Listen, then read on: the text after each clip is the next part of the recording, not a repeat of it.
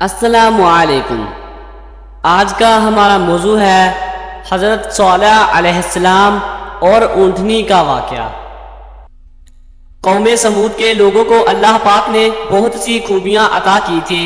وہ لوگ پہاڑوں اور باری باری چٹانوں کو تراش کے گھر بنا لیتے، سرداروں کا طبقہ کمزور لوگوں کو غلام بنا لیتا اور ان غلاموں سے زبردستی کام لیتے اور انہیں صرف اتنی ہی ضرورت دیتے جس سے وہ بس زندہ رہ سکیں۔ اللہ پاک نے ان سب کی رہنمائی کے لیے حضرت صالح علیہ السلام کو اپنا رسول چن لیا۔ حضرت صالح علیہ السلام نے ان لوگوں کو اللہ پر ایمان لانے کی دعوت دی، لیکن سرداروں نے ان کو جھوٹا قرار دیا۔ انہوں نے کہا، آپ اگر سچے رسول ہیں تو اپنے رب کا کوئی معجزہ دکھائیں۔ ایک سردار بولا، اس پہاڑ سے اونٹنی نکل آئے۔ دوسرا بولا، اونٹنی ایسی ہو جو بچے کو جنم دینے والی ہو۔ حضرت صالح علیہ السلام نے لوگوں سے پوچھا کہ میرے اللہ کا ایسا معجزہ دیکھ کر اللہ پر ایمان لے آؤ گے؟ لوگوں نے کہا ہاں۔ حضرت صالح علیہ السلام نے دعا کی تو ویسی ہی اونٹنی پہاڑ سے نکل آئی۔ اللہ پاک کے اس معجزے سے کچھ ایمان لے آئے۔ یہ دیکھ کر وہ سردار فکر مند ہو گئے، کیونکہ اگر عام لوگ اللہ پر ایمان لے آئیں گے تو انہیں اپنا آقا اور مالک نہیں مانیں گے۔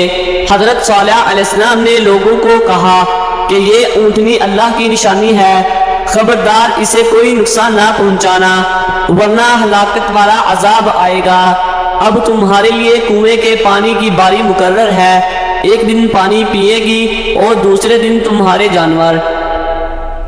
کچھ دن بعد اس اونٹنی نے ایک بچے کو جنم دیا اور وہ اتنے زیادہ دودھ دینے لگی جو بہت سے لوگوں کے لیے کافی تھا۔ اس سے لوگوں نے ایک اور بھی اثر لیا اور وہ حضرت صالح علیہ السلام کی باتیں غور سے سننے لگے۔ اب تو سرداروں کو بہت فکر ہوئی۔ انہوں نے سوچا کہ جب تک یہ معجزہ قوم کے سامنے رہے گا لوگ اثر لیتے رہیں گے اور وہ اللہ پر ایمان لے آئیں گے۔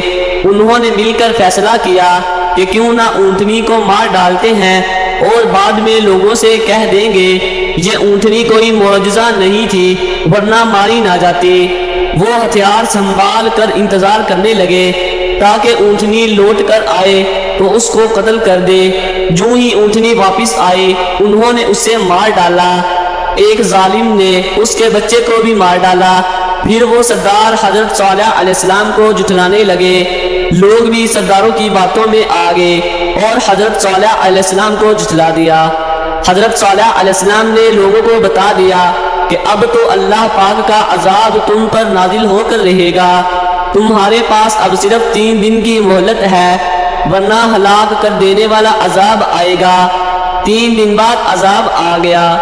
آدھی رات کو گرجتے ہوئے کالے بادل چھا گئے اور ایسی کڑکتی ہوئی خوفناک بجلیاں ان کے گھروں پر گری جن سے وہ لوگ اور ان کے گھر سب کچھ جل گیا۔